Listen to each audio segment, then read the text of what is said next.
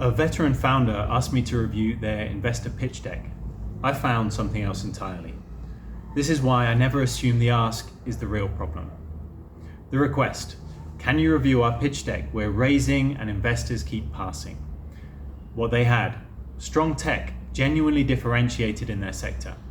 A veteran-led team with technical depth and execution capability. Real market need with validated use cases and clear demand. The deck: I've spent years building decks for Fortune 100 executives, so I've seen enough of them to last a lifetime. But the deck wasn't the problem. The pitch deck was the symptom, not the disease. Upon further analysis, this is what I found.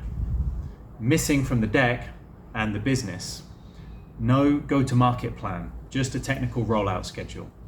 No clarity on customer acquisition, deployment does not equal sales motion, balance sheet inflated with unmonetized IP, and revenue projections that assume tech success equaled customer adoption.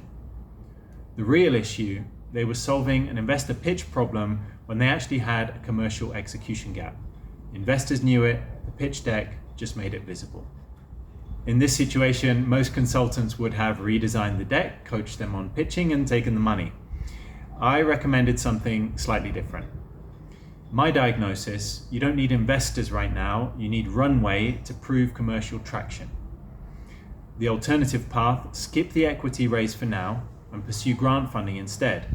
That gives you non-dilutive capital with no cap table impact, 12 to 18 months runway to de-risk, time to prove customer adoption with real traction, and then come back to investors with data, not projections. When I run analysis, I always check the framing, and I lead with first principles thinking. They didn't need investors, they needed money, and there's more than one way to skin a cat. As a bonus here, they could protect their cap table because dilution compounds.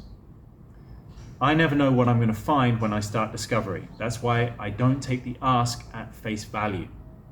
My process is understand the ask, fix my deck, dig into the reality, review materials, financials, go to market, and surface the actual problem, here commercial gap, not a pitch problem, and then recommend the right solution, which was grants and not equity in this case.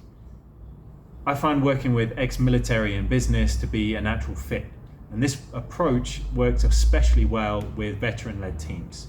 You know how to execute under constraint. You don't need hand-holding, and you want the truth. That's what I deliver. So if you think you know what you need, but you're not getting results, let's find out what's really happening.